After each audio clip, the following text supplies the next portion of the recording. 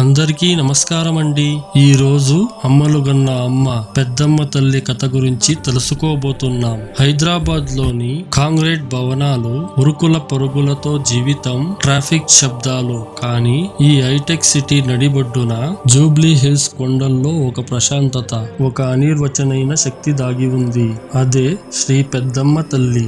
అమ్మలు గన్న అమ్మ, ముగ్గురమ్మల మూలపుటమ్మ.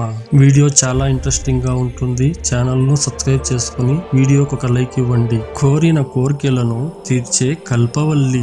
అసలు ఈ తల్లి ఎవరు? కొండల మధ్యలో స్వయంభూగా ఎలా వెలిసింది? ఒకప్పుడు అడవిలా ఉన్న ఈ ప్రాంతం నేడు లక్షల మంది భక్తులతో ఎందుకు కిటకిటలాడుతుంది? ఈ రోజు మన వీడియోలో దాదాపు 150 ఏళ్ల చరిత్ర కలిగిన జూబ్లీ హిల్స్ పెద్దమ్మ తల్లి ఆలయ మహత్యాన్ని, ఆ తల్లి వెనుక ఉన్న పురాణ గాథను కళ్ళారా చూద్దాం రండి. ఆ జగన్మాత సన్నిధికి వెళ్దాం. చరిత్ర పుటల్లోకి వెళ్తే పురాణాల ప్రకారం ఒకప్పుడు ఈ ప్రాంతమంతా రాక్షసమయంగా ఉండేది. ఒక రాక్షసుడు ఇక్కడి ప్రజలను, మునులను తీవ్రంగా హింసించేవాడు. వాడి అరాచకాలను తట్టుకోలేక ప్రజలు ఆర్తనాదాలు చేశారు. అప్పుడు ఆ ఆదిపరాశక్తి ఆగ్రహంతో ఆ రాక్షసుణ్ణి సంహరించడానికి భూమికి దిగి వచ్చింది.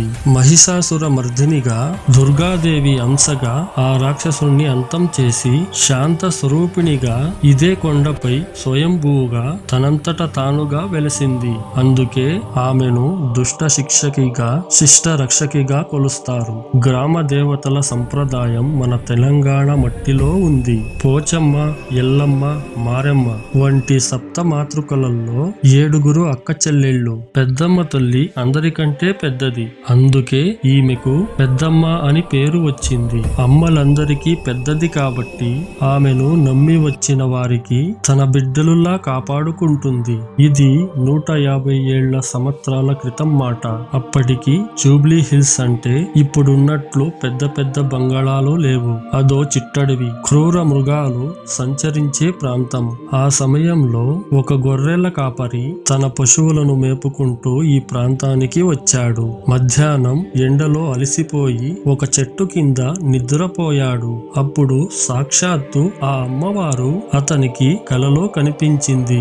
నేను ఇక్కడే వెలిసి ఉన్నాను, నన్ను వెలికి తీసి పూజించు అని ఆదేశించింది. ఆ కాపరి కలలో ఉలిక్కిపడి లేచాడు. అమ్మవారు చెప్పిన ప్రదేశంలో వెతికితే నిజంగానే ఒక శిల రూపంలో అమ్మవారు దర్శనమిచ్చింది.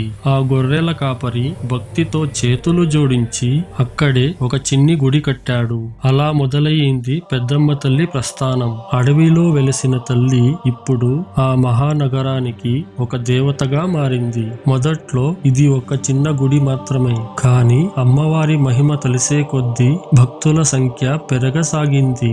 అయితే ఈ ఆలయ రూపురేఖలు పూర్తిగా మారిపోయింది. 1993 తర్వాతే నాటి ప్రజానాయకుడు దివంగత శ్రీ పి జనార్దన్ రెడ్డి PJR గారికి అమ్మవారిపై అమితమైన భక్తి ఉండేది. ఆయన ఆధ్వర్యంలో భక్తుల సహకారంతో ఆలయ పునరుద్ధరణ జరిగింది. ఆకాశాన్ని తాకేలా ఉండే ఇక్కడి రాజగోపురం, విశాలమైన ప్రాంగణాన్ని చూస్తూ ఉంటే మనస్సు పులికించిపోతుంది. నేడు తెలంగాణలోని అత్యంత ధనవంతమైన, శక్తివంతమైన ఆలయాల్లో పెద్దమ్మ గుడి ఒకటిగా నిలిచింది. మరి ఇక్కడికి వచ్చే లక్షల మంది భక్తుల నమ్మకం ఏంటి? ముఖ్యంగా సంతానం.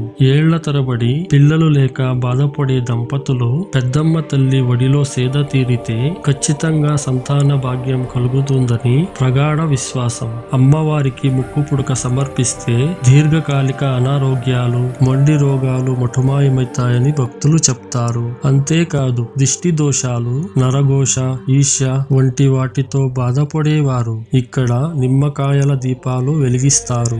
ఆ దీపం వెలుగులో తమ కష్టాలన్నీ కరిగిపోతాయని నమ్ముతారు. మీరు ఆలయానికి వెళ్తే వేల సంఖ్యలో వెలుగుతున్న ఈ నిమ్మకాయల దీపాలు కనిపిస్తాయి. అదో అద్భుతమైన దృశ్యం. ఇక పండుగల విషయానికి వస్తే జూబ్లీ హిల్స్ మొత్తం దద్దరిల్లిపోతుంది. ముఖ్యంగా ఆషాఢ మాసంలో వచ్చే బోనాలు. అమ్మవారికి ఇష్టమైన బోనం వెత్తుకుని లక్షల మంది ఆడపడుచులు ఇక్కడికి వస్తారు. ఆ దృశ్యం చూస్తుంటే చూడాలంటే 2 కళ్ళు కూడా చాలవు. అలాగే ప్రతి ఏటా ఫిబ్రవరిలో రథసప్తమి నాడు జరిగే రథోత్సవం దసరా నవరాత్రుల్లో అమ్మవారు రోజుకు అలంకారంలో ఇచ్చే దర్శనం భక్తులకు కన్నుల పండగ. అమ్మవారిని ఒకసారి దర్శించుకుంటే చాలు, మనసులో ఉన్న భయాలన్నీ పారిపోతాయి. కష్టాల్లో ఉన్న వారికి నేనున్నానంటూ అభయమిచ్చే తల్లి, కోరిన కోర్కెలను తీర్చే కల్పవల్లి మన పెద్దమ్మ తల్లి. మీలో ఎంతమందికి ఈ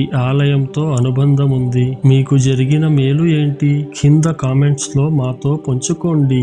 హైదరాబాద్ లో ఉన్న లేదా బయట ఉన్న జీవితంలో ఒక్కసారైనా ఈ క్షేత్రాన్ని దర్శించండి. శ్రీ పెద్దమ్మ తల్లి యొక్క ఆశీస్సులను పొందండి. ఈ వీడియో గనక మీకు నచ్చినట్లయితే లైక్ చేయండి. అలాగే మా ఛానల్ ను సబ్స్క్రైబ్ చేసుకోండి. మన సంస్కృతిని అందరికీ తెలియజేయడానికి షేర్ చేయండి. సర్వే జన సుఖినో భవంతు. ఓం శ్రీ పెద్దమ్మ తల్లియే నమః. మరో అద్భుతమైన వీడియోతో మళ్ళీ కలుద్దాం. అప్పటి వరకు సెలవిస్తూ నమస్తే.